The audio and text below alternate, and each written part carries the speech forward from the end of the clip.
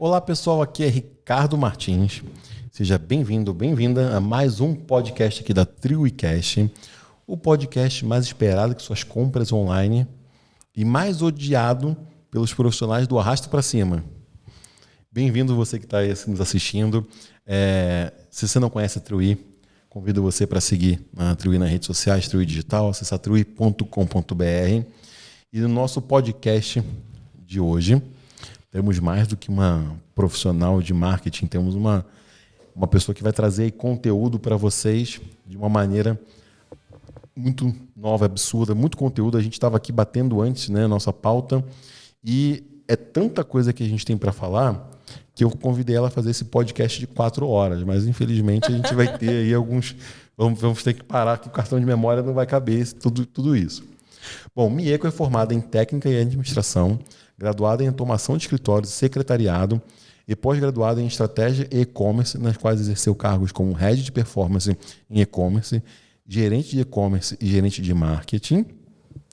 E hoje atua como digital business na Ajinomoto do Brasil. Mieko, seja muito bem-vinda. Obrigada, Ricardo, pelo convite. Uma honra estar aqui. Obrigada mesmo. Eu esqueci de alguma coisa aqui na sua apresentação? Não, acho que é isso aí. Trabalhei bastante de tempo com e-commerce, né? 12 anos. Fui secretária executiva. Olha, ia comentar isso, curioso, né? Comecei como secretária executiva em uma empresa de comunicação, né? A gente tinha o IDGenal, que é um site famoso aí, quem é de tecnologia deve conhecer, né? E aí, por conta de Google Analytics, eu vim parar em e-commerce. Olha só, né? E a gente está falando isso agora porque hoje até tem faculdades, né, de e-commerce, né?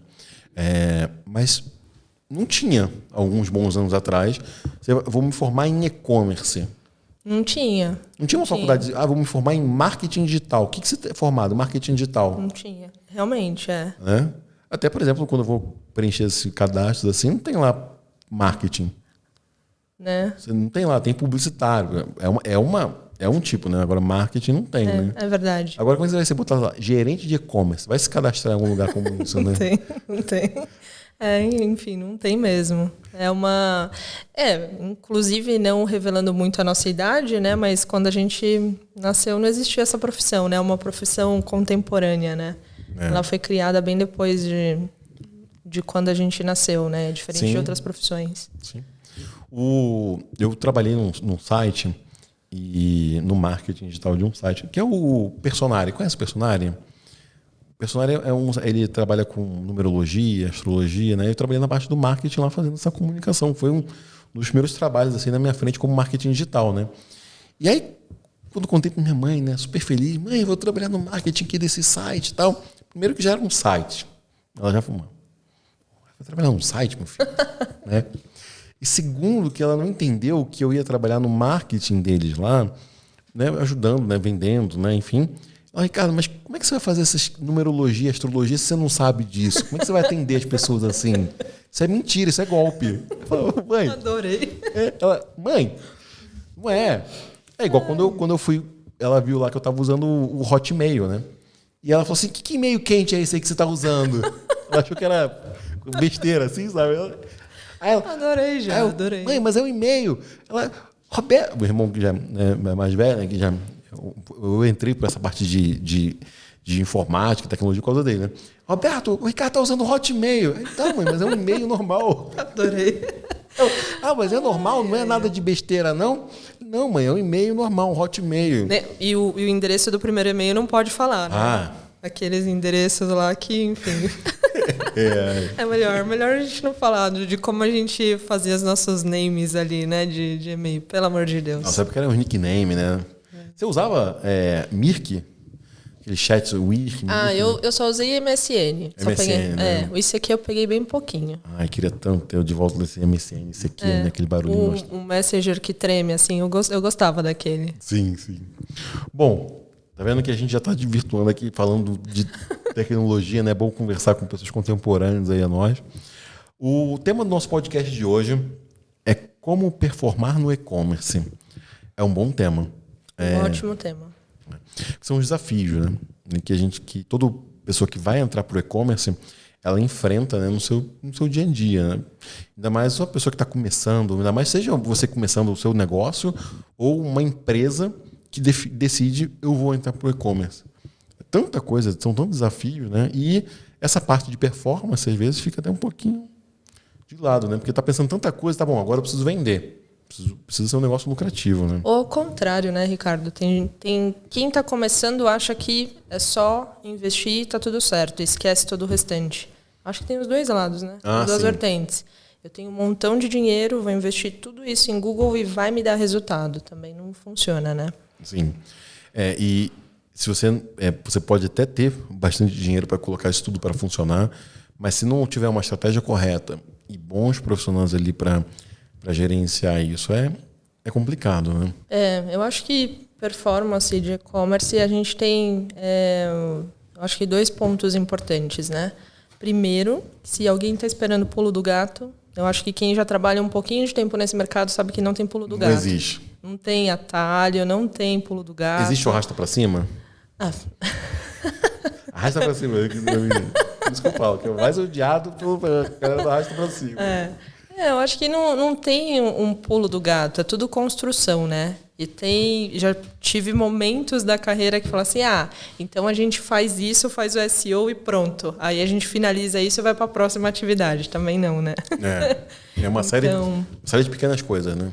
É tudo cíclico, né? E cada vez a gente começa ali no ciclo pequenininho, a gente vai fazendo pequenas coisas e vai aumentando esse ciclo para construir, né? Tijolinho e cimento de toda a nossa base para performar, né? Então, acho que para quem está começando, é entender que é tijolo por tijolo, né? Falar de um bom cadastro de produto, entender o preço do frete, entender a forma que você vai apresentar o seu produto, como você começa uma estratégia de ads, como você vai fazer a estratégia de rede social, como você vai fazer o conteúdo, você vai fazer um blog, eu acho que é o pilar. Frequência, constância, igual atividade física, né? A gente não fica fortão do dia para a noite. É muito trabalho consistente e teste. Eu acho que não tem para qualquer mercado. Tem um mercado que está bombando neste momento.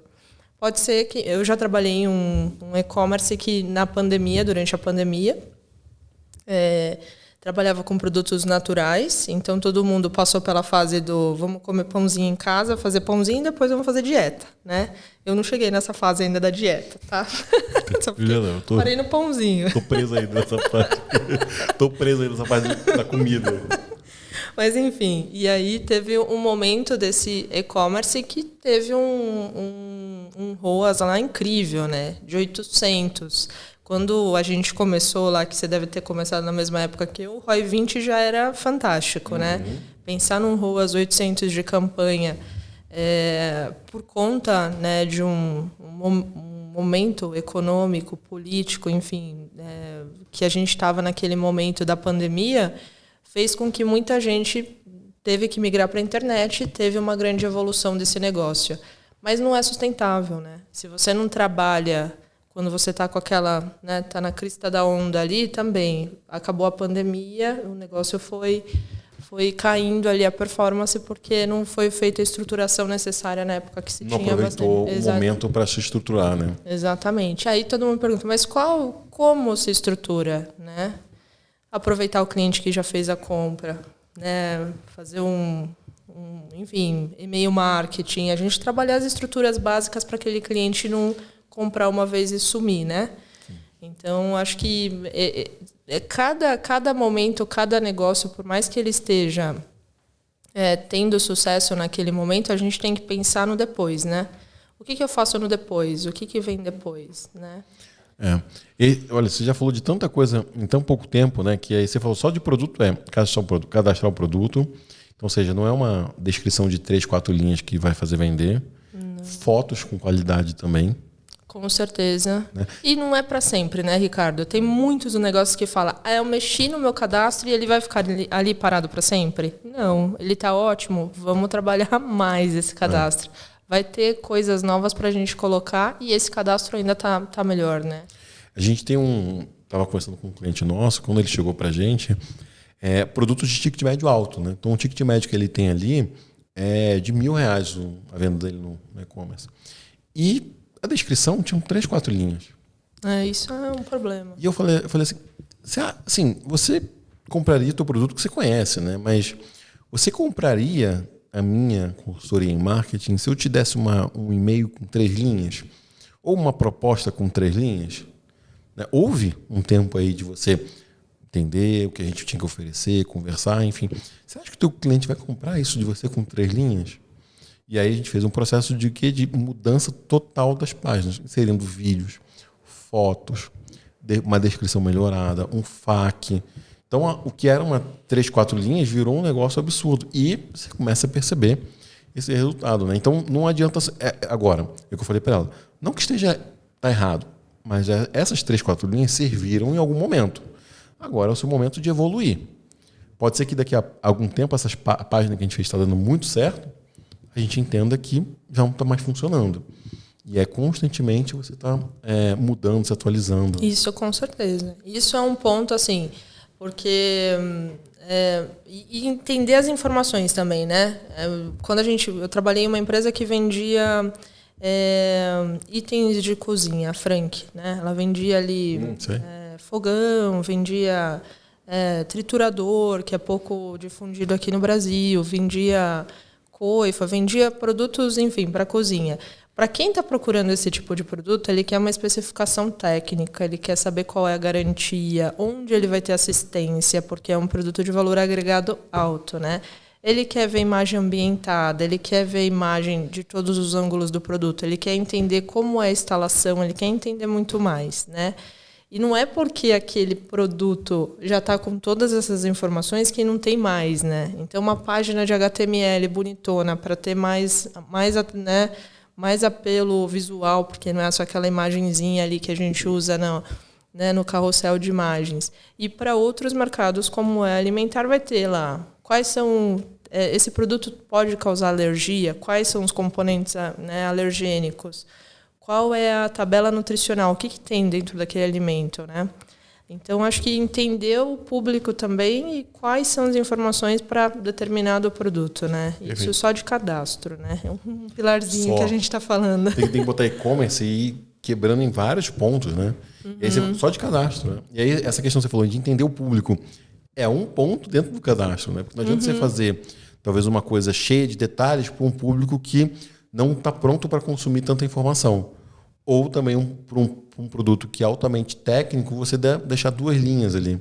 Então, tem a diferença ainda, né? Você é revenda ou você é a loja oficial, né? Se você é a loja oficial, que eu trabalhei em alguns D2Cs, que, enfim, a Frank era D2C, a Ginomoto hoje tem D2C também, o que o público busca de uma loja oficial?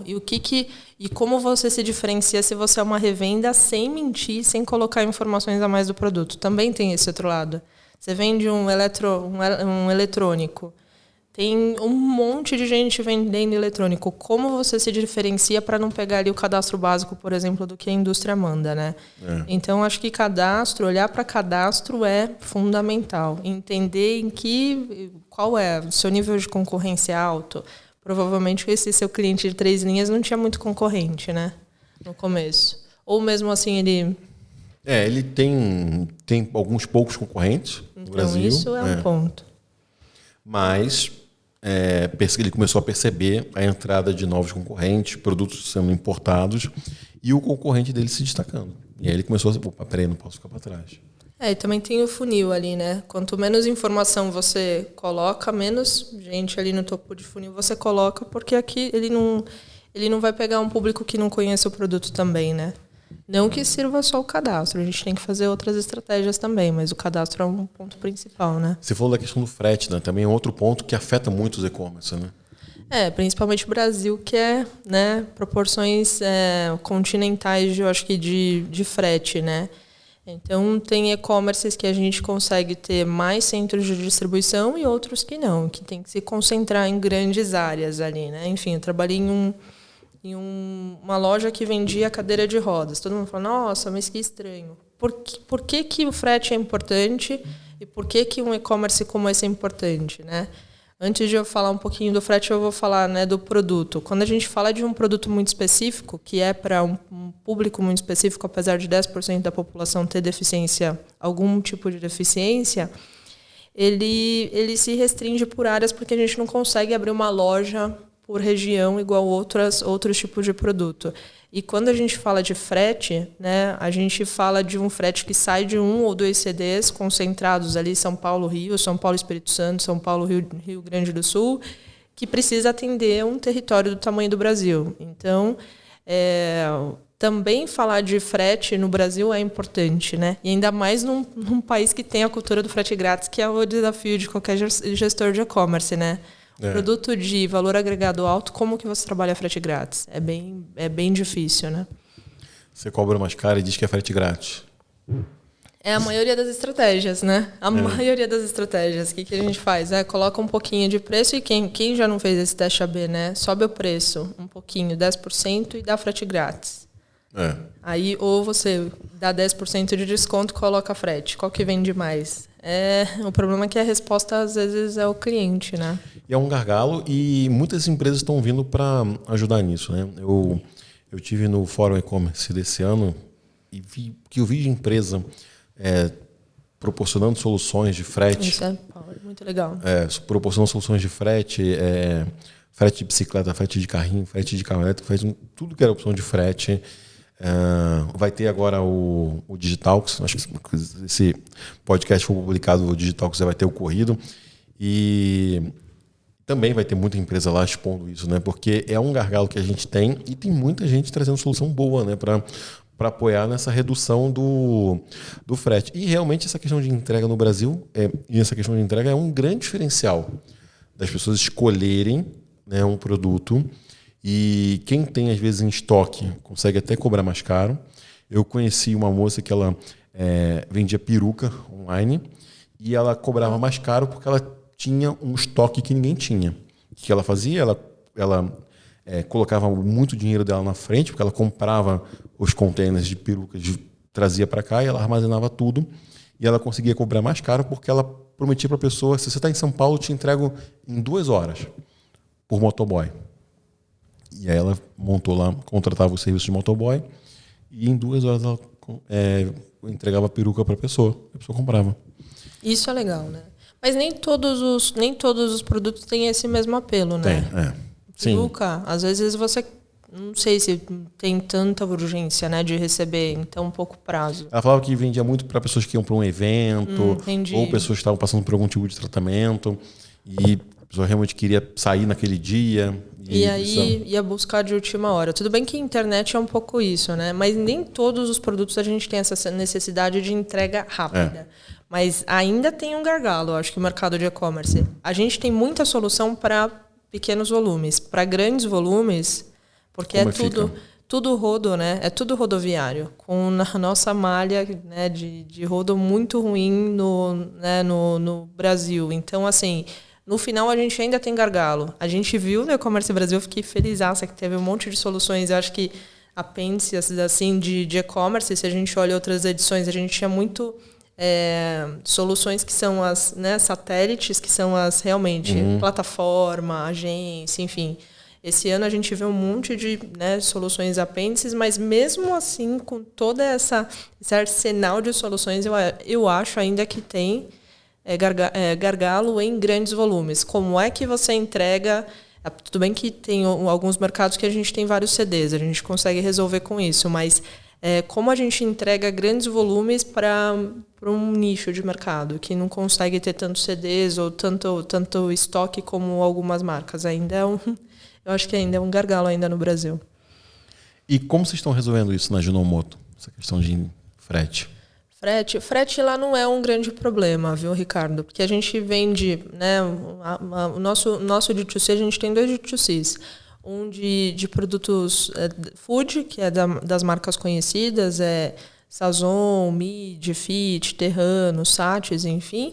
E um outro e-commerce de D2C, que é o Aminovital, que são suplementos alimentares, vou falar assim, né? Então, como são pequenos volumes, a gente tem bastante solução, né? Sim. Então, a gente, querendo ou não, consegue atender bem por conta de ser pequenos volumes, né? Bom, então você respondeu minha pergunta, que era sobre se a Ajinomoto é só molho shoyu, né? Então não é. Não, a gente tem alguns outros tipos de produto. Além da Minovite... Estou errado em perguntar isso ou é uma percepção só minha ou geral? Não, porque todo mundo. Será, né? Ajinomoto, molho shoyu, tem mais coisa? Tem mais coisa. Eu sei que tem mais coisa, gente, mas só para... tem produtos agribusiness, tem produtos de aminoácido para produção de bio, tem outras divisões de outros produtos e tem produtos que levam o Ajinomoto que quase ninguém sabe, né? Nossa, legal. Legal. Então tá presente. Porque enfim, produção de aminoácidos, né? Então o Ajinomoto, que é o Ajinomoto, é um aminoácido e aminoácido, querendo ou não, vai em quase todos os produtos aí. Bastante produto que a gente nem sabe. Caramba, que legal. Qual que é a Ajinomoto é fundada aqui? Qual que é a origem da Ajinomoto? A Ajinomoto é uma multinacional japonesa, né? No Brasil, eu acho que é a terceira maior do mundo, né? Então... Terceira maior do mundo? Da rede Ajinomoto. Então, a Ajinomoto já está bem, né? Eu acho que enraizada aqui no Brasil. Parece que nasceu aqui, né? É verdade. Que legal, né? Encontra um país que recebe bem e o público gosta também dos produtos. Com certeza, Bom, a gente acabou... Eu nem fiz a pergunta oficialmente, mas a gente falou tanto, né, sobre o que levar em consideração. Acho que esse só para a gente deixar a nossa pergunta aqui definida, mas tudo isso que a gente comentou agora são os pontos que o empresário, o empreendedor, ele precisa também levar em consideração na hora de montar um e-commerce, né? Todas essas frentes que ele precisa atuar. E são desafiadoras, né? A gente falou agora de logística, é um pilar dentro de outras frentes que também a gente vai ter cadastro de produto, ter um produto bom também, um produto competitivo, né? Então tem uma série de... E outros, né? Imagino armazenar peruca, né? Isso não deve ser um produto que pode ser armazenado a longo prazo. Fulfillment, enfim, onde vai ser armazenado, de que forma, né? O transporte também, né? Como que você prioriza o estoque mais antigo? Imagino que não tem shelf life, mas tem outros pontos de outros produtos, né? Eu acho que também isso tem que ser olhado, né? Sim. E acho que em várias outras frentes, a gente tem outro cliente de e-commerce que também trabalha com produtos sazonais. E se ele não tiver uma ideia do que está saindo, como é que está chegando, ou o produto ficar ali, ele só vai vender no ano seguinte. E aí ele fica com o estoque extremamente parado, né? Perdendo dinheiro. Né? Então são controles muito, muito fortes. Né? Dentro do cenário que você atua hoje, né, alimentício, que inovações você está vendo em e-commerce, em digital? Quais são as inovações que você está vendo nesse segmento? Olha, o que eu mais olho de inovação, querendo ou não, né, quando a gente começou lá atrás, né, eu acho que 10, 15 anos lá atrás de e-commerce, a gente olhava para como atender tudo em massa. Né? Como a gente vende isso um montão na internet, né? Como a gente atinge mais pessoas na internet. E esse era o começo do e-commerce. Hoje, querendo ou não, eu acho que ainda não é uma realidade, mas a gente está ao inverso. Como eu atendo o Ricardo? Como eu atendo a Mieko na internet? O que ele está buscando? Como eu atendo ele melhor? Né? Então, eu acho que o que eu mais olho e o que eu mais gosto de olhar é a personalização de como vender isso através do digital. Né?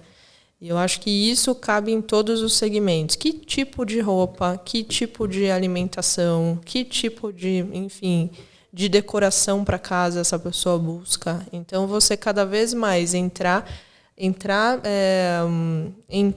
sites de e-commerce e entender o que faz você olhar para aquilo e perceber que aquilo foi feito para você, né? Que incrível. E essa questão de personalização e entender o público é uma coisa que a gente fala muito. A gente falou no último podcast também. Era um podcast sobre CRM. E entender quem é o público, entender quem é a pessoa, acho que isso é um ponto que se fala muito. Né? Não adianta só você falar, vou montar um e-commerce sem entender quem é o teu público. E personalização também é outro ponto que a internet conseguiu trazer para a gente, né? Eu acho que mesmo a gente tem 2 pontos, né? Personalização de como vender o produto, eu já tenho o produto e como eu entrego, né? Qual a melhor experiência para essa pessoa. E por outro lado, eu acho que o digital acaba sendo também um grande gerador de insights, de novos produtos, né?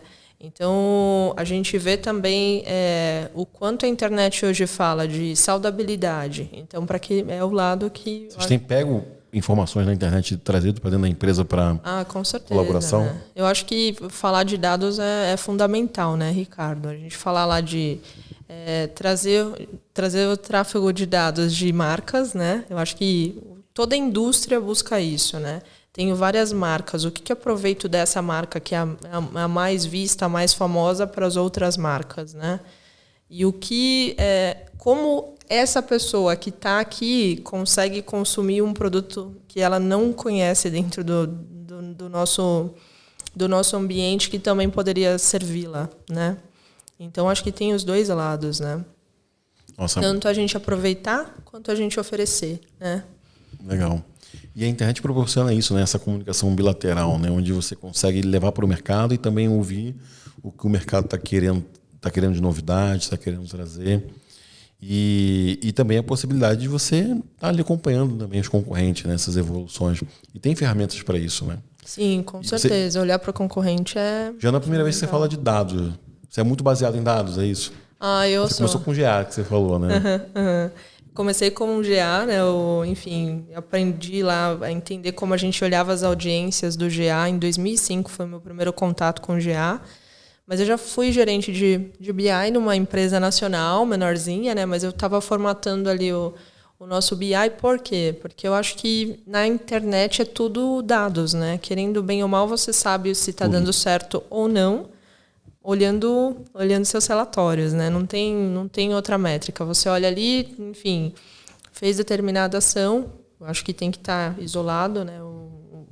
Essas ações, né? Senão a gente faz um montão de ação e a gente não sabe de onde veio o resultado. Senão fica um bando de dados e não um banco de dados, né? É a diferença entre... E quem já nunca se deparou com isso, acho que em e-commerce, eu acho que todo mundo já viveu algum momento de tração que a gente não tem tempo de fazer ações isoladas. Mas quanto mais você olha para os resultados, os dados, a leitura do que você tem ali disponível, mesmo que seja básico, você não precisa ser, né, aquele fera loucaço dos dados. Um pouquinho de dados que você já olha, você já tem os indicativos de que se você está fazendo, está dando certo ou não, né? Eu acho que olhar, entender e ter esse tempo de respirar um pouquinho o que o seu cliente está te dizendo é básico, né? A minha mãe, uma das faculdades dela é Direito, né? E ela falava assim, contra fatos não há argumentos. Exatamente. E aí eu aprendi o seguinte, aí eu trouxe isso para o marketing, né? Contra dados não há argumentos. Então aquele negócio de, eu acho que isso vai funcionar, né? Aí eu falo que o profissional biruta, já viu o biruta que tem nos aeroportos? Que aquele negócio que passa o vento e fica para um lado para o outro. Uhum. Aí lançou essa ferramenta, vamos fazer. Aí lançou aquilo ali. Aquela rede social nova, vamos para lá. Isso é muito comum no nosso muito mercado. Comum, né? Muito comum. Nossa, agora tem que fazer dancinha ali, vamos fazer. Aí sempre tem isso. E olhando dados, você consegue entender se o teu público está aderente àquele canal, se realmente é o momento de você ir para aquela frente, se existe uma maturidade tanto da empresa quanto do mercado. E essa questão de maturidade é muito importante também, né? Acho que deve ser um desafio Sim, também, né? Com certeza. Da maturidade da empresa e falar assim, beleza, eu consigo, eu estou pronto para ir para o digital e começar a vender online. Existe essa questão de maturidade, né? Eu acho que de digital, para outras tecnologias, sim. Eu fui de curiosa há pouco tempo num evento que eu sou bem por fora, tá? Nem vou me aprofundar, mas enfim, metaverso, NFT e tal, não entendo nada disso, Ricardo. Eu fui entender esse mercado. É diferente, eu acho que digital. A gente é um lago que todo mundo já pôs o pé, já viu se a água tá fria, mergulhou, tá nadando, tá saindo do outro lado do lago. E tem tecnologias que eu falo, tô lá com o dedo na água para ver se tá fria, se tá quente, se eu posso pular, se eu tenho que entrar devagarzinho, né? Mas eu acho que com relação a amadurecimento de negócios, também tem momentos de mercado. Não é só o produto, não é só o público, não é só a empresa, é vários fatores o digital, né? É muito. Assim, acho que um passinho em momento errado você perde uma grande oportunidade. Ou, por outro lado, você dá um passo em um momento né, de oportunidade, você tem um sucesso absurdo. Só que aquilo também não pode virar regra do negócio, do jogo, né? Enfim, eu acho que tem muito entender o momento, o mercado, o público, o produto, e, enfim, entender o que os dados estão te mostrando com relação àquele momento, né? É isso. Dados é uma coisa que eu começo meu dia analisando dados. Também sou assim. Pego o projeto dos nossos clientes e vou dando uma olhada como é que foi o resultado da campanha anterior. E com base nisso você vai começar a traçar algumas estratégias novas. Olha um GA, eu falo assim, minha opinião, né? Todo profissional de marketing precisa começar o dia analisando dados. Esse é o seu jornal da manhã, é você sentar e olhar como é que foi o dia anterior. Né? Isso foi uma coisa que eu aprendi nas empresas que eu trabalhei e no e-commerce também, que era isso. Sentava de manhã, olhava o que foi vendido, o que não foi vendido, fazia ali um mapeamento de tudo para começar a identificar alguns caminhos. E aí você começa a identificar algumas coisas que estão recorrentes ali passando. Como, por exemplo, a gente identificou o aumento das compras no mobile. E a experiência do e-commerce no mobile era horrível. E a gente começou a perceber um aumento, refizemos tudo, fizemos um site novo, começando pelo mobile. Até o ponto que virou. Mais da metade das vendas estavam acontecendo pelo celular. A gente comemorou isso. Então, comemoração de nerd, né? Comemorar que vendeu mais pelo mobile. Mas esse é um ponto, né? Eu nunca, apesar que eu acho que de digital a gente não tem muito disso, né? Mas aquela última semana do fechamento, que todo mundo está correndo para a meta, eu penso que a meta tem que ser fatiada, né? A meta do ano, do quarter, do bimestre, do mês, do dia, da semana, enfim, até chegar na hora. Se sua hora não está vendendo, final do dia você vai bater sua meta, né? Então, acho que começar olhando as vendas, o dia pelo GA de qualquer profissional de e-commerce, não importa a sua vertente, é um bom indicativo, né? Você não teve visita, será que o seu site está no ar? Será que...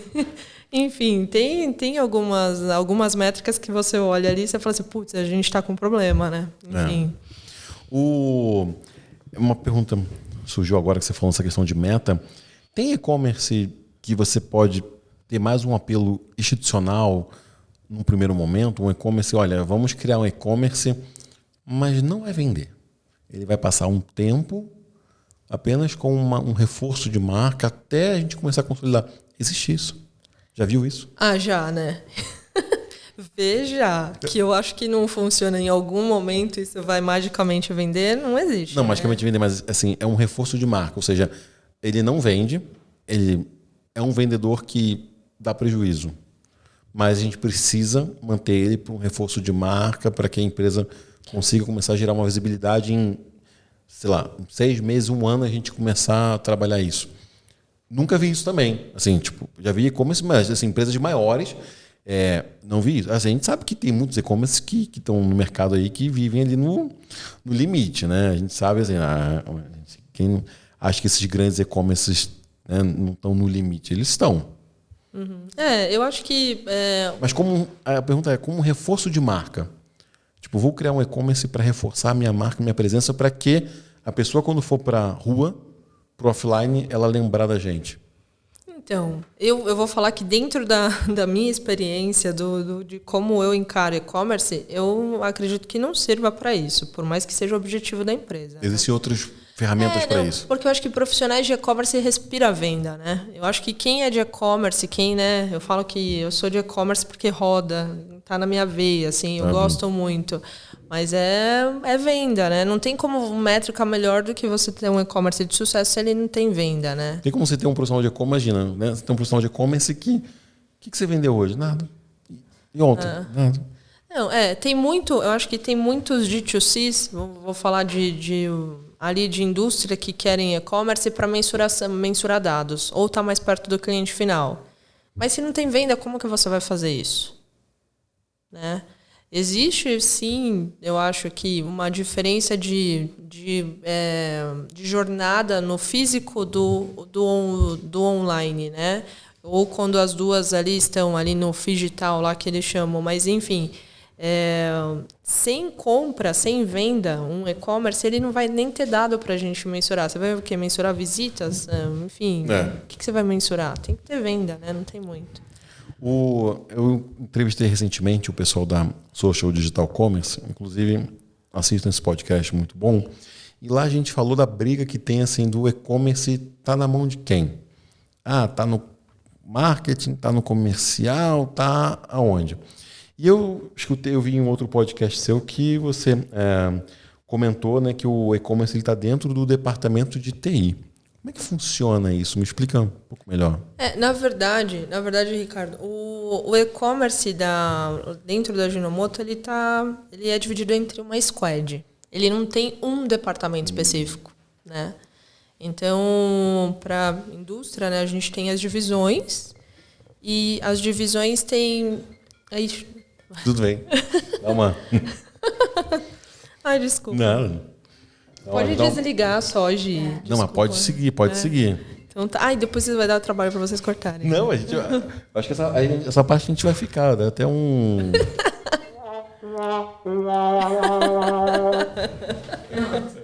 Obrigada, Gi. Desculpa. Mas, enfim, lá a gente tem uma squad, né, que tem TI, negócios e comercial. Uhum. E tem outras áreas. Tem uma área de marketing separada também. E, enfim, tem área de LGPD. A gente tem área de saque também. Então, a gente tem várias áreas. Mas é a squad que toca, né, o digital commerce, que está ali dentro da estratégia de e-commerce, negócios, TI e comercial, né? E aí, por que uma posição de e-commerce dentro de TI? Né? Porque, querendo ou não, e-commerce, quando a gente fala por definição, não existe sem tecnologia, né? Mas também só tecnologia a gente não tem venda. Então, acho que a gente tem que ter essa junção, né, de área de negócios comercial e área de tecnologia. O meu departamento, Digital Business, que foi criado lá dentro da Ajinomoto, dentro do TI, é para a gente ser um hub de estruturação tecnológica para as divisões, para as áreas de negócio terem uma base, né, de crescimento. Porque lá, por exemplo, a gente tem plataforma Adobe Commerce e tem também VTEX, né? E poderia ter outras em outras divisões. Mas o que faz essas tecnologias darem match para a gente ter, por exemplo, um aproveitamento de investimentos, né? Por que a gente vai ter licença dentro da Adobe e VTEX também, né? Ou a gente tem mais de um full commerce lá dentro. Então, a gente consegue, ou a gente tem o objetivo de, dentro de tecnologia, ser esse departamento que dê suporte em tecnologia para as áreas de negócio comercial crescer, né? Mas, no final, assim, por que dentro de tecnologia? Porque em uma empresa, né, eu acho que mais estruturada, que é o caso da Ajinomoto, a gente tem outras vertentes de tecnologia que olha para e-commerce, né? Então, a parte de segurança, a parte de governança, como a gente vai fazer a parte de growth, como que vai ser a parte de sustentação. A gente tem, como a gente é marketplace, a gente tem uma empresa que faz a parte de middle, né? Então, tem uma plataforma SaaS ali também. Então, como a área de negócios vai lidar com essa tecnologia? Precisa ter alguém de TI também, né? Já parou para listar o que é feito assim, num mês assim, de atividade, do tipo... Né? A gente falou já de cadastro de produto, de logística, de tecnologia, de ferramenta, de licença. Se parar para listar tudo que é discutido num dia, numa semana, a lista é imensa, né? Com certeza, com certeza. Eu acho que não que eu acho que seja eu acho que premissa ou necessidade, mas muita gente que está ajudando a construir o digital, que eu acho que é algo novo no Brasil, no mundo, talvez. A gente é um pouco workaholic, né? A gente tende ali a ficar na beirinha do apaixonado pelo meu trabalho e o workaholic. Não sei falar isso. A gente está ali, né? Está ali no equilíbrio de não ultrapassar, né? Mas, enfim, a gente acaba somando-se muitas habilidades técnicas, porque, querendo ou não, o e-commerce tem que manjar de marketing, logística, de vendas, de argumentos de venda, jurídico, venda, tecnologia, enfim, muitas vertentes de conhecimento que você precisa pelo menos ter uma pitada de cada para conseguir entender como aquilo vai dar match, né? Colocar ali né, na tigela, mexer tudo e sair as vendas no final do mês, né? Então, eu acho que, querendo ou não, o profissional de e-commerce acaba sendo um profissional completo, né? Dá um 360 em todas as áreas. Né? Muitas tarefas. Eu sempre falei e falo que eu ganho dinheiro com o meu hobby, né? Porque eu gosto de trabalhar com marketing. Sempre, eu não sabia o que era marketing, mas na escola eu vendia figurinhas, né, que sobravam, ou vendia, eu completava um álbum, e aí a galera queria minhas figurinhas, eu falava assim, tá, vou vender. Eu vendia minhas figurinhas, fazia leilão das figurinhas, e eu não sabia que isso era marketing. Depois eu fui descobrir com o tempo, né, que, poxa, eu posso vender coisas, posso fazer uma comunicação interessante e fazer isso pro mundo, né? E eu falo que eu ganho dinheiro com o meu hobby porque é uma coisa que eu gosto de fazer, tipo, eu tenho prazer, não é aquela pessoa, eu vou trabalhar, né? Procurem no YouTube um artista chamado Hélio Leites. Ele é de Curitiba e tem um vídeo dele que ele fala muito legal, né? Ele fala assim: a gente é um corpo que pisca, que respira, que, né, um corpo tão completo, e fazer uma coisa que não gosta é tão chato, né? Então, assim, se você não tá feliz com o que você faz hoje, muda, vai para outro lugar, faz outra coisa que te deixe feliz. Com certeza, isso é um ponto. E eu sou muito feliz de ter escolhido uma profissão que eu sou muito completo e realizado. E eu vejo profissionais de marketing, e eles são, todos os profissionais de marketing conheço, né? Você, por exemplo, pessoas interessadas, né? Que você conversa e você vai falar tanta coisa. É tão legal isso, né? Olha, acho que eu sou curiosa.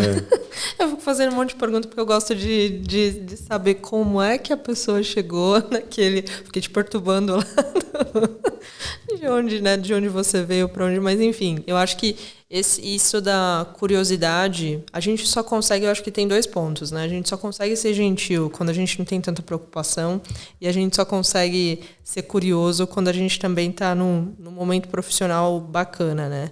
Eu acho que a gente tem umas pitadas aí acho que social também, mas enfim, a curiosidade também está muito ligada ao você ter prazer no que você faz, porque se você não tem prazer, como é que você vai buscar uma solução diferente para algo que, enfim, você está ali no dia a dia, vamos, né, posterga, você procrastina, enfim, quando você gosta, você vai lá procurar com afinco o que vai resolver o seu problema, o que vai fazer você ter o prazer de, putz, eu fiz diferente hoje de ontem com a mesma verba, por exemplo, né? Tem comemorações, você falou, nerd, comemoração nerd. A gente tem pequenas comemorações diárias que não é que ninguém nos cobra, né? É que a gente tem prazer de ver o resultado, né? Essa semana mesmo, semana passada, que hoje é segunda-feira, sexta-feira um fornecedor me falou assim, mas quem pressiona vocês para atingir a meta? Quem está pressionando vocês para vocês atingirem a meta? Né? Eu falei, o problema, a diferença aqui, que não é ninguém, é a gente mesmo que eu acho que está, primeiro, na posição certa, que gosta de fazer o que faz. Segundo, que a gente quer ver o resultado para a gente ter a satisfação de, putz, eu cheguei nesse resultado. E terceiro, a gente, no meu caso, neste momento, eu estou numa empresa bacana que eu quero que ela, né, tenha um sucesso, ou que através do meu trabalho, de muitas outras pessoas, porque é uma empresa bacana que quer ver a diferença enfim, fazer a diferença para o mundo, para onde ela está. Então, assim, isso gera satisfação, né? Essa questão de satisfação, e quem está cobrando, né? Muitas coisas que você faz no seu dia a dia e acha solução, é mais do que alguém te cobrando, é você querendo essa informação. Acho que esse é um ponto que é muito comum nos profissionais de marketing que trabalham com e-commerce, que não preciso de ninguém me cobrar. Eu estou achando essa solução porque me realiza profissionalmente. Né? E essa questão, quando a gente construiu o e-commerce mobile, era uma coisa que ninguém falou para a gente, já tem que fazer. Era uma coisa Exatamente. Que a gente identificou e falou, vamos fazer. E isso também acho que é um ponto da nossa profissão. Não tem nem como alguém dizer. Quem que vai chegar? O presidente vai falar, faz o mobile. Olha, o mobile tá ruim. Faz. O cara nem sabe. Exatamente. Isso que é legal, né? E eu trabalhava na época com o Patrick. Ele era o gerente de e-commerce e eu na parte de gerente de marketing. E a gente brigava, discutia, falava, mas sempre com o objetivo de achar a solução, sabe? Tipo, de resolver o negócio. E a gente ficava tão feliz quando funcionava o negócio. Delícia. Nossa, e a gente ficava assim, caramba, que realização. E a gente saía de lá do trabalho assim, puta, fizemos uma coisa legal. Isso era muito bom, né? De você poder estar colaborando com o negócio que está vendendo, que está fluindo, que pessoas estão comprando, né? E você, né, as pessoas estão percebendo. E quando você começa a ver que está vendendo, você fala assim, nossa, está funcionando. Sim. É aquela realização do tipo, poxa, eu fiz certo, né? Eu acho que isso eu vivencio talvez em 12 anos de profissão, né? Eu acho que a gente tem duas vantagens, né? De um outro assunto que a gente estava conversando antes de começar, que é formação, né? Eu acho que eu comecei como coordenadora de um e-commerce com 22 anos. E na época eu tinha mais de 20 pessoas no meu time, não tinha nada de noção de gestão. Eu saí de secretária executiva para ser coordenadora com um time razoavelmente grande. Porque também não tem faculdade que faz, você vai ser gestor de pessoas, né? Não tem também. Tem faculdade de RH, mas não é gestão de pessoas, né? Eu acho que altos e baixos de chorar ou de você exceder, todo mundo já foi. Já fui a chefe tóxica, com certeza em algum momento. Não vou justificar, mas talvez por falta de conhecimento naquele momento, né? Sim. Mas a gente também está Entro nessa contagem também. A gente está no mercado que a gente forma muita gente, né? Porque eu aprendi trabalhando e fazendo, você também um pouquinho, né, de autodidata, indo atrás de conhecimento, e o nosso mercado foi formado assim, né? Ninguém tem uma formação ali de e-commerce, né? Eu acho que eu tenho especialização, faço uma MBA em digital, a gente busca, mas a gente aprende muito mais ensinando e fazendo, né, do que os cursos, eu acho que formais, assim, né, da nossa área. Então, acho que a gente também tem um privilégio aí também de formar pessoas do nosso mercado, né? Mas na pirâmide do conhecimento, né, realmente quando você contribui e você ensina, você aprende muito mais. Né? Total. Isso é real oficial. Eu acho que... Eu falo muito para os professores, olha, você quer aprender? Ensina alguém. Total. Faz uma apresentação no PowerPoint, qualquer coisa, e apresenta isso, grava um vídeo, coloca no YouTube, qualquer coisa. Assim você vai aprender muito, muito, muito mais.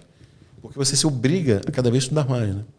Então, quando dentro do projeto da Liga, né, que também você participa de dar aula, você pesquisa muita coisa, você vai atrás de muito conteúdo, você vai atrás de muita informação para você saber se aquela informação que você está passando está correta. Né? E como o marketing muda muito rápido, você está sempre se atualizando muito mais. Que você precisa, se eu vou ensinar, não vou ensinar uma coisa velha. Não vou ensinar uma coisa que já foi, vou ensinar uma coisa nova. Né? Mas além de coisa nova, é uma coisa que o outro consegue entender que você está falando. Porque eu já vi muito isso na minha carreira. Não entendo nada do que você fala. Já deve ter passado por isso. Nossa, isso que você está falando, eu não entendo nada. Traduz agora. Quantas vezes eu já vi... Traduz. Então, a partir do momento que você ensina e você tem uma pessoa ali na ponta que não está ligada àquele seu mundo, você começa também a se policiar para usar ou talvez palavras mais fáceis ou um jeito mais fácil de ser compreendido, né?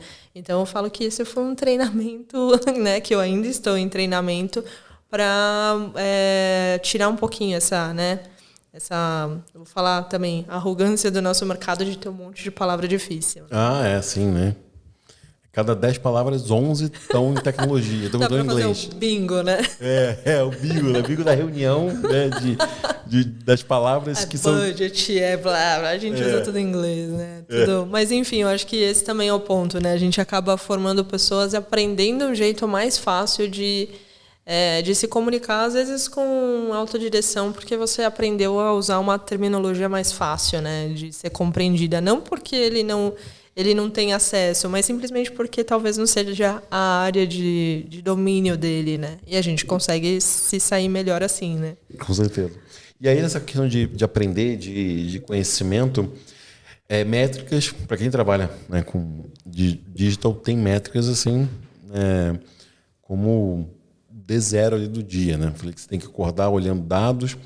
E hoje, quais são as principais métricas que você tem visto no teu negócio, que você tem olhado mais sobre a saúde do e-commerce, sobre a saúde das vendas? Como é que tem sido essas métricas hoje de maior interesse seu?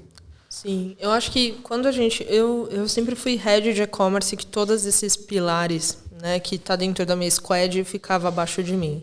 Então, eu começava ali com aquele report de olhar visita, taxa de conversão de pagamento, todos aqueles dados. Eu tinha time, mas eu olhava. Eu fazia questão de montar o meu report ali para entender como era o dia a dia. Hoje eu vou falar que eu olho métricas diferentes, né? O que está mais ligado à tecnologia? Olha a taxa de rejeição, por exemplo, né? Tem uma taxa de rejeição alta, um alerta, o que está acontecendo aqui? Vamos olhar se a página está com alguma coisa, se, enfim, está com algum problema no Google Tag Manager, essa página não está indexando, o que está acontecendo? Está sem imagem, está com informação errada, está com preço errado. Então, hoje eu olho para métricas diferentes, né? Olhando mais o viés de tecnologia, o que pode impactar. Essa página a gente fez uma atualização ali de CRO e tá ok. Então, a gente olha para esse tipo de métrica. Mas eu acho que para quem tem a operação toda, tem que fazer ali a liçãozinha, né? Visita, taxa de conversão, quais são as páginas mais visitadas, quais são as páginas com melhor audiência, qual é a página de maior conversão, qual é a menor conversão. Acho que não tem o que errar se você olha para esses dados, né? Qual é a página que eu mais invisto, qual eu mais vendo? Qual é que eu mais invisto e menos vendo e por quê? É concorrente? É problema de posicionamento de preço? Esse produto não está sendo bem apresentado, né? Eu já tive no passado ali uma experiência. A gente vendia cadeira motorizada, que era um produto bem vendido na época, que por uma pequena alteração de preço, ela saiu de vender X para vender, 3, 4 vezes mais, né? Uma pequena alteração de preço? Porque o produto ele não tinha a percepção de preço aceitável no mercado do que a gente precisava, teoricamente, de margem para venda, né? Mas a gente entendeu que achatar um pouquinho a margem, esse produto alcançava mais pessoas e o número grandão lá de vendas no geral atendia, enfim, lá a última linha do EBITDA que a gente precisava para bater a meta, né? Então, é olhar também. Eu prefiro ter, enfim, uma quantidade menor em estoque ou vender um montão para atingir mais pessoas, eu também atingi esse número, né? Enfim. E acaba que mais pessoas comprando, outras pessoas vão ver e tem toda aquela comunicação, todo aquele gatilho social e vai colaborando muito mais, né? Isso. Naquele caso específico, que era um produto de tecnologia assistiva, quanto mais pessoas atinge, né, melhor, porque a pessoa consegue ter uma tecnologia que vai ajudá-la, né? Mas, enfim, eu acho que também tem isso em outros mercados, né? Às vezes é um ajustezinho de preço, porque o cliente não entende a percepção de preço, você muda muito o seu resultado, né? Então, às vezes não está em tecnologia, não está em marketing, porque marketing não, né? A gente consegue fazer muito com marketing, mas às vezes a resposta está no pricing, né?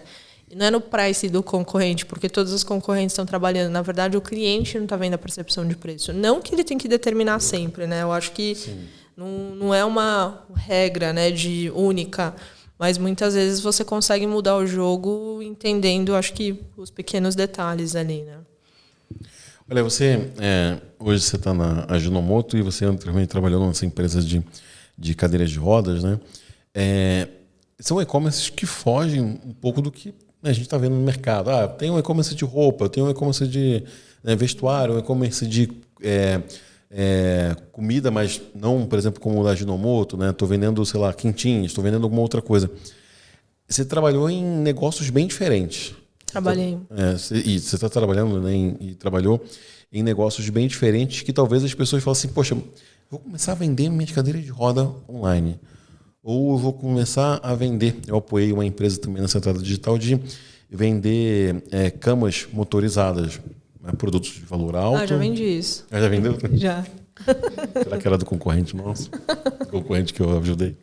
E são coisas que talvez o empresário ele acha que precise... Não consegue entrar no e-commerce, porque às vezes ninguém vai comprar online. Quem vai comprar uma cama ou uma cama de 30 mil? Quem vai comprar uma cadeira de roda online se ele pode ir numa revenda, num representante que tem?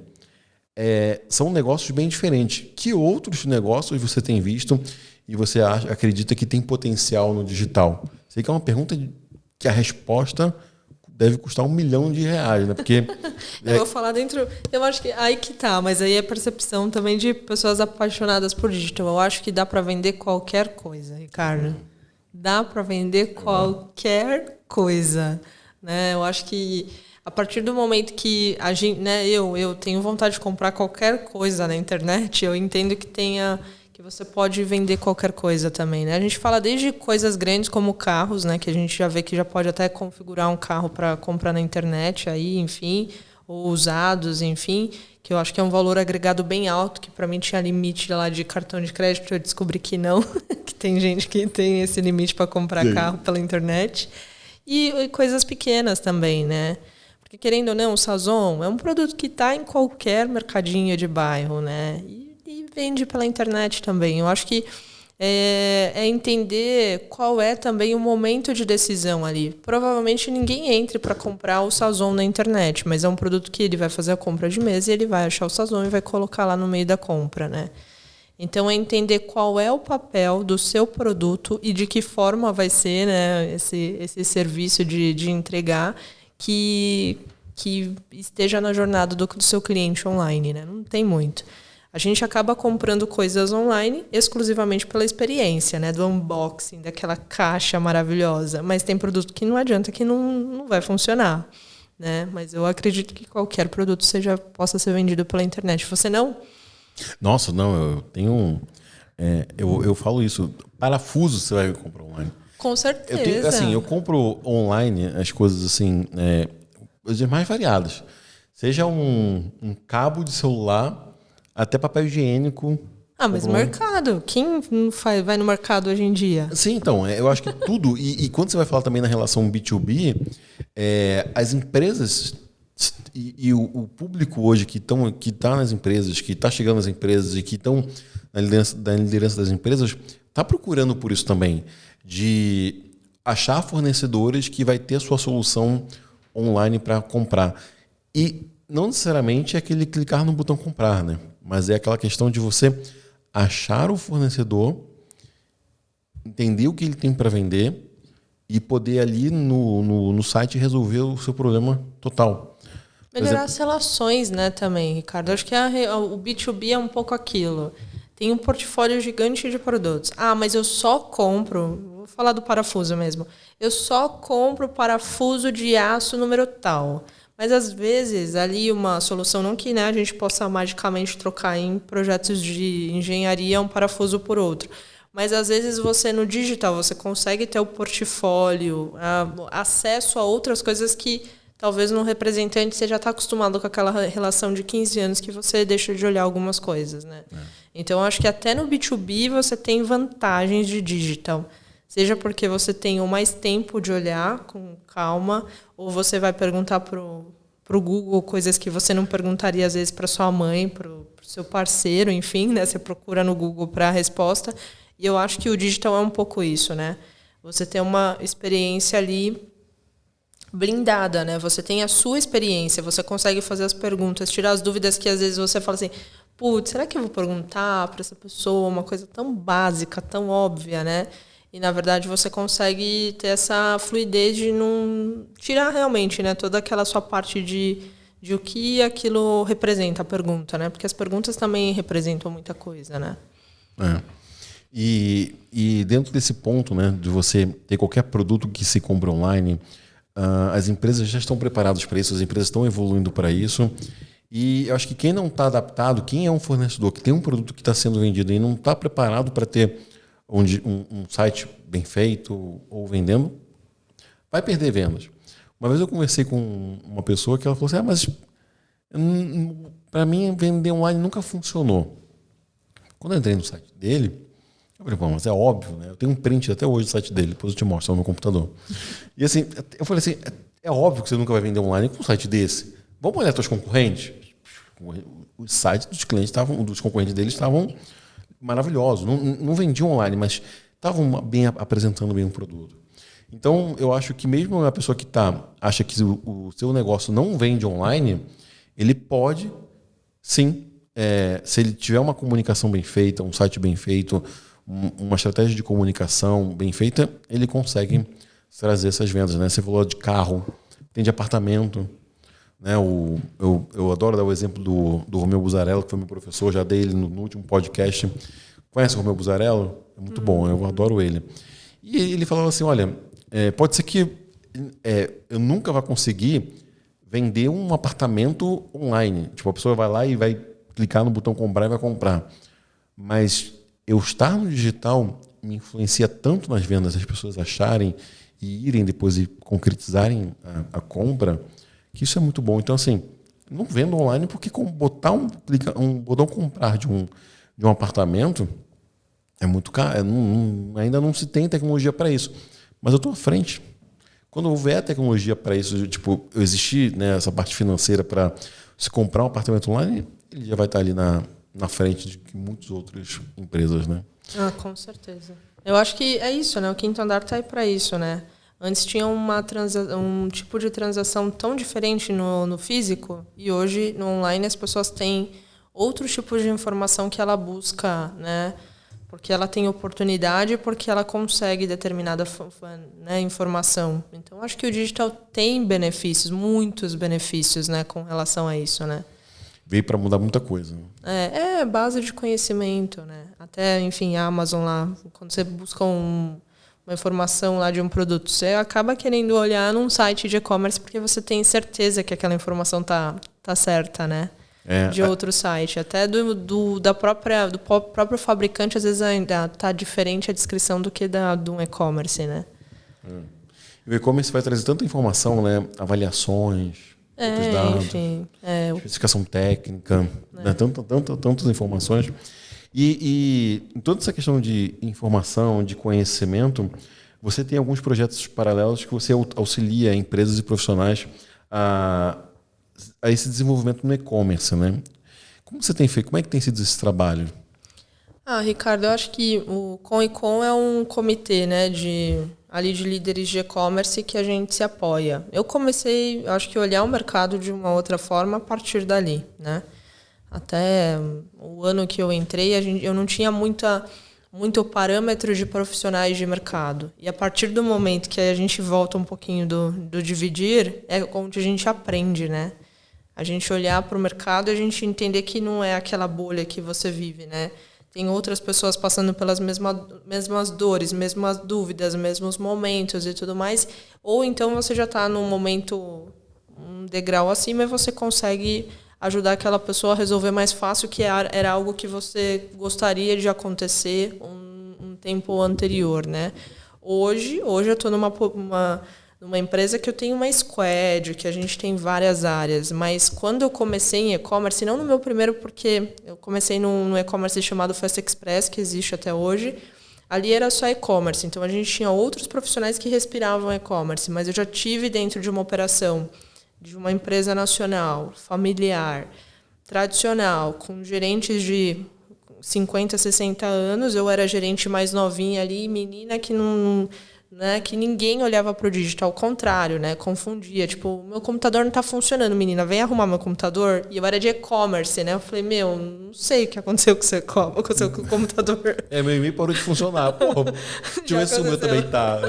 Eu vou falar, meu e-mail parou de funcionar. Deixa eu ver se o meu também tá. Aí, não tá, que bom. Aí a pessoa, me ajuda, mas me ajuda o quê?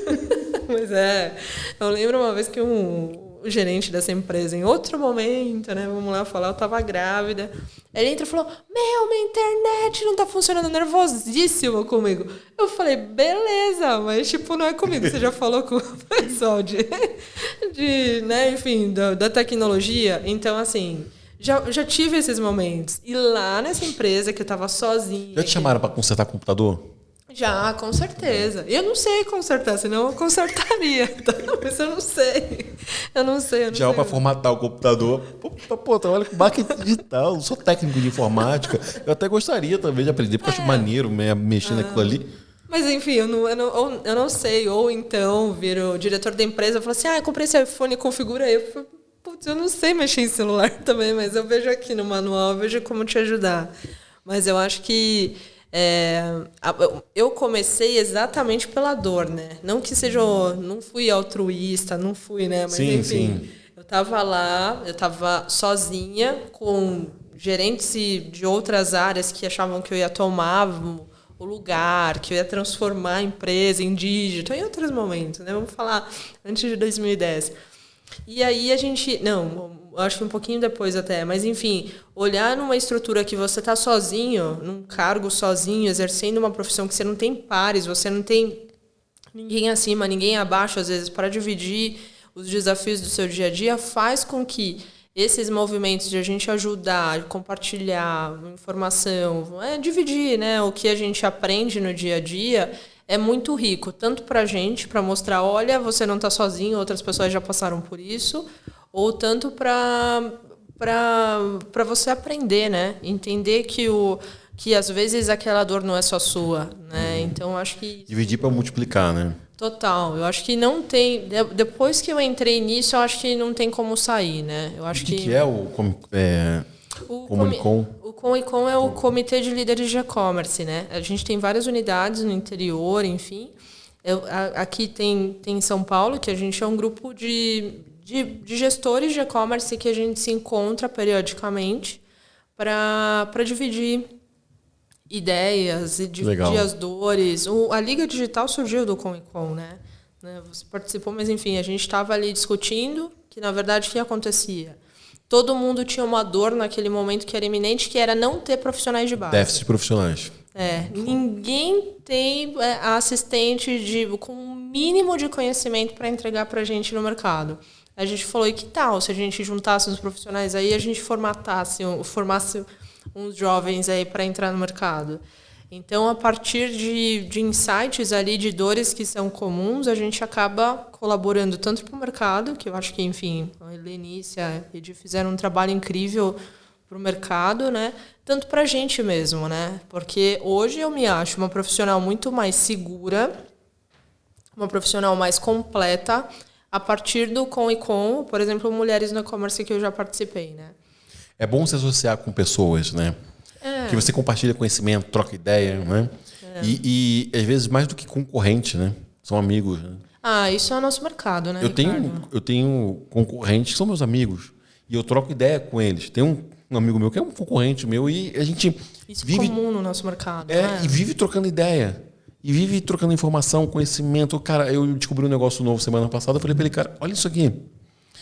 E ele falou, aí ele começou a olhar, caramba, me deu uma ideia de montar um negócio aqui. Olha isso, como é que é interessante no mercado assim, né? Não é aquela coisa, Mieko é gerente de comércio de Nomoto, né? Eu não quero trazer aqui não, porque... eu acho que não. Eu acho que o nosso mercado, eu acho que cresceu apoiado, eu acho que em muito dessas ações, né? Eu acho que tem, né? A gente fala de mercado no geral, tem muitos grupos que se reúnem, executivos, profissionais, para falar das áreas em comum, né?